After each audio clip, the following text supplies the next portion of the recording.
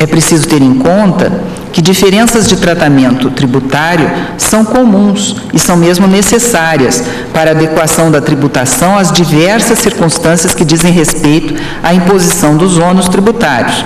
Tratamento diferenciado em si mesmo não evidencia qualquer vício. Muitas vezes não há como tributar exatamente do mesmo modo a partir de situações e operações que são diversas. Identifica-se ofensa à isonomia apenas e tão somente quando sejam tratados diversamente contribuintes que se encontrem em situação equivalente e sem que o tratamento diferenciado esteja alicerçado em critério justificável de discriminação, ou sem que a diferenciação leve ao resultado que a fundamenta.